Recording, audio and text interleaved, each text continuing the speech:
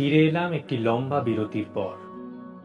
আপনাদের ভালোবাসা আমাদের ফিরিয়ে এনেছে। আবার শুরু হবে রহস্য, ভালোবাসা, দুঃখ, আনন্দ নিয়ে আড্ডা এবং এর এই সংসার। আমাদের প্রথম গল্প সায়ন দত্ত রচিত বিকেলের রং নীল।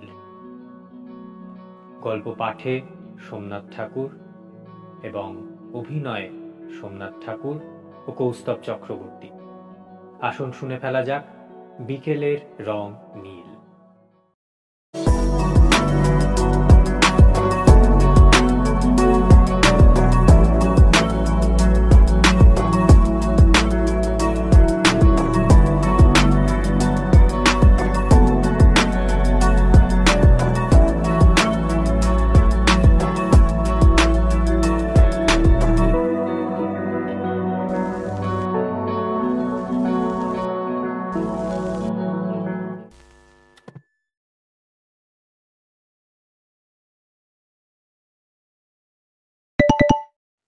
শুনলাম কলকাতায় এসেছো আবার।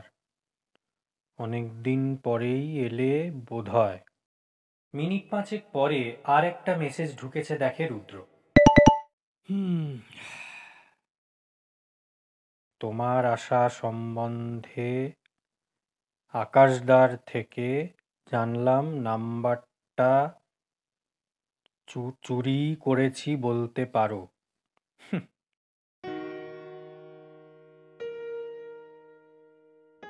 পরের মেসেজটার খুব একটা দরকার অবশ্য ছিল না রুদ্রর। এত বছর পরেও কিছু আলাপের পরিচয় পর্ব এখনো একেবারেই অপ্রাসঙ্গিক। তবে একেবারে হঠাৎ এবং আনফরসিন এমন মেসেজ বোমায় বেশ অবাক হয় রুদ্র। শিরা দিয়ে একটা চাপা উত্তেজনা বয়ে গেলেও অস্বস্তিতে পড়ে যায় সে। রক্তচাপ আরো বাড়িয়ে দেয় পরের দিন করা পার্ক স্ট্রিটে এক ক্যাফেতে দেখা করার হঠাৎ অভিপ্রায়মূলক মেসেজ।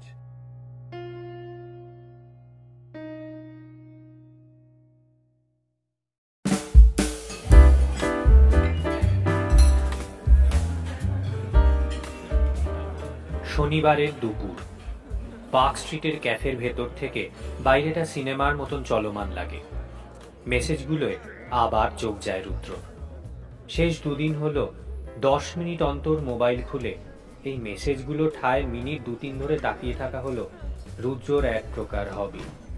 আর তার মধ্যে বেশিরভাগ সময়টাই বেশি করে অবাকই হয়। প্রত্যুত্তরে অনেকবার লিখে আবার মুছে দিয়ে শেষে লিখেছিল, কেমন আছো? আর দেখা করার প্রচ্ছন্ন হুমকিতে স্বভাব বিরুদ্ধ ঢঙে সম্মতি জানিয়েছিল। তার ফলস্বরূপ এখন এই দুপুরে এই ক্যাফেতে বসে। অবাক লাগছে এই ভেবে এখনো সেই প্রথম লেখা চিঠির উত্তর জানার মতো দম বন্ধ করা উত্তেজনা হচ্ছে কেন ওর?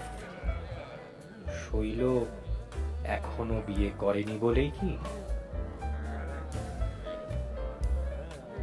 যেদিন মেসেজটা আসে তখন থেকেই আনমনা হয়ে ঘুরছে ও।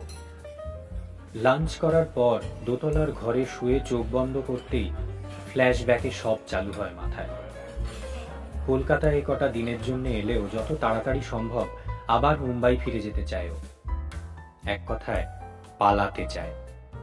হয়তো এই শহরের অলিগলি ও অতীতের সীমাহীন খামখেয়ালিপনা আর হঠকারিতার নীরব সাক্ষী বলে। বয়সের সাথে আপাত প্রলেপ পড়লেও এখানে ফিরে এলেই আবার সেই কাঁটাগুলো যেন বেঁধে। মুম্বাইতেও যে ওর মন কোনোদিনও বসেনি তা বিলক্ষণ জানেও। শুধু কাজের চাপ আর জীবনের হাজারটা ওঠাপড়াকে সঙ্গী করে দিনগুলো কাটিয়ে দিয়েছে।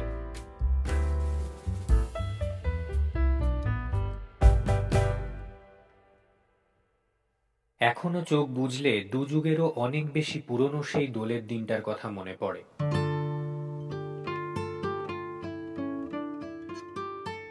রং খেলে রাস্তায় ঘুরে বেড়াতে বেড়াতে বড় রাস্তার মুখে এসে অমৃতাদের সাথে দেখা হয়ে যায়। শৈলও ছিল সেখানে। অমৃতার মাধ্যমেই আলাপ আগে। প্রেমের বীজ তখন নেহাতি প্রথিত হয়েছে সবে, তাই জল হাওয়া আলো সবকিছু সামান্য পাওয়ার সাথে সাথেই চড়চড় করে বেড়ে ওঠে এই প্রেম। ছলে বলে কৌশলে দূত মারফত ফিট করে। শুধুমাত্র পলাশ কি করে ওর এই গোপন মিশনের কথা জানতে পারে, কিন্তু খুব অবাক করে দিয়ে কথাটা রাষ্ট্র না করে পরে কানে কানে বলেছিল, উইকেটে টিকে থাকতে পারলে অনাদির মোগলাই চাই কিন্তু। তার রুদ্রর পার্টনারশিপ আর পলাশের মোগলাই খাওয়া দুটোই ঘটার সৌভাগ্য হয়েছিল। রং খেলে দুপুরবেলায় যখন গোটা পাড়া ঘুমোচ্ছে, তখন পাড়া থেকে কিছুটা দূরে 20 মিনিটের ইনিংস দিয়ে সেদিন যে শুরু, তা বছর 3 স্থায়ী হয়েছিল। উত্তর থেকে দক্ষিণ শহরের বুক চষে ফেলেছিল তার মধ্যে। আর এইগুলোর চিরন্তন সঙ্গী ছিল শৈলর হালকা পারফিউমের গন্ধ। মেল ডমিনেশন আর খামখেয়ালিপনা নিয়ে শুরু থেকে অভিযোগ থাকলেও শৈল যে একদিন দুম করে মেলামেশা বন্ধ করে দেবে, তাও কল্পনাও করতে পারেনি। অন্তত 3 বছর মিশে না বলা অঙ্গীকারগুলো শিকড়ে বিশ্বাস রেখেছিল রুদ্র।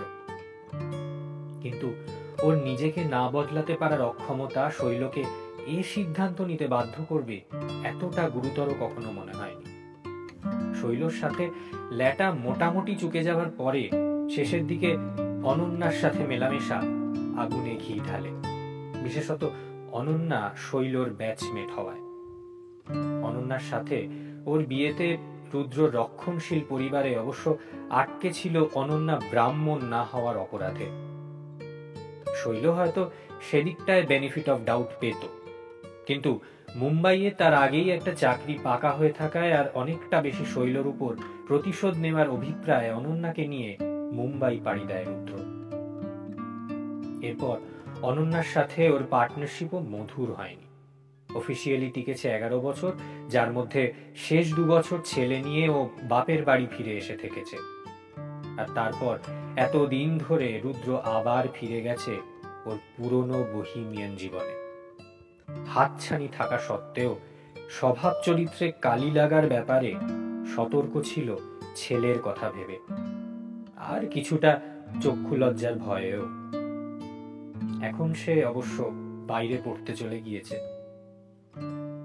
আজ তাই এখানে আসার আগে থেকেই নার্ভের চাপে ভুগছে। একবার মনে হয়েছে ফুল কেনার কথা, কিন্তু সেই মনে হয়েছে সবাই যেন দেখছে তাকে। শেষ অবধি রনে ভঙ্গ দিয়ে একটা বই কেনাই স্থির করেছে। এতদিন পরেও শৈলর পছন্দ অপছন্দ স্মৃতির গহ্বরে তলিয়ে যায়নি। কিন্তু অবচেতন মনে একটা অপরাধমূলক চেতনা কাজ করে চলেছে সমানে। কাজটা কি ঠিক হচ্ছে? কেউ যদি শৈলর নাম করে নিছক প্র্যাঙ্ক করে থাকে, ইস, মাথাটা কাটা যাবে লজ্জায়। যতই হোক একটা বড় ছেলে আছে। তখন থেকে ক্যাফেতে বসে থাকতে থাকতে শিশুসুলভ সেই অস্থিরতা আজ আবার গ্রাস করেছে ওকে। সেই দোলের দিন খবর পাঠিয়ে ঘন্টা 2 অপেক্ষা করতে যেমন লেগেছিল। শৈল একই রকম ভাবে চুল বাঁধে কি? মুখে কতটা বয়সের ছাপ পড়েছে? ওকে দেখে আগের মতোই মনে হবে কিনা, এসব ভাবনায় অস্থির হয়ে ওঠে। তাই আবার মেসেজগুলোয় চোখ রাখে।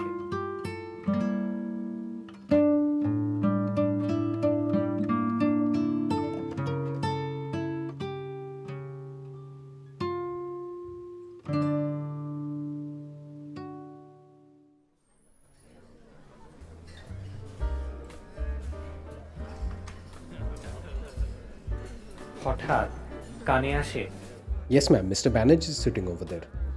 আর অদ্ভুত হলেও শৈল সেই চেনা পারফিউমের গন্ধ নাকে এসে লাগে, যা ওর শিরায় শিরায় সঞ্চারিত হয়ে ওকে একেবারে ওর 20s-এর দোরগোড়ায় নিয়ে যায়। আর এতক্ষণ ধরে মনে চলতে থাকা দ্বন্দ্বের যেন হঠাৎ অবসান ঘটে গিয়ে ওর মাথায় শুধু ঘুরতে থাকে, নিষিদ্ধ হোক তবু আমার।